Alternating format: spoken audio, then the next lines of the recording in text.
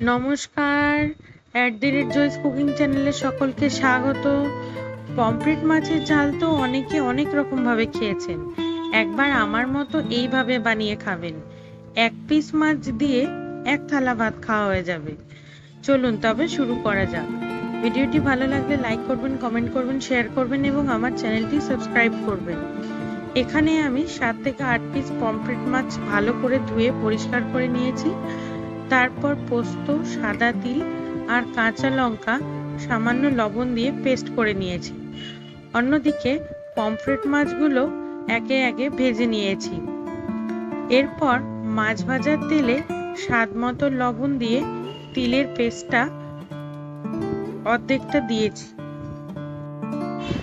একটু নেড়ে চেড়ে হলুদ দিয়ে ভালো করে কষিয়ে নিয়েছি। মশলা থেকে তেল বার হয়ে আসলে সামান্য জল দিয়ে বাকি তিলের পেস্টটা দিয়ে দিয়েছি। মশলা সম্পূর্ণ ফুটে আসলে মাছ ভাজাগুলো দিয়ে দিয়েছি।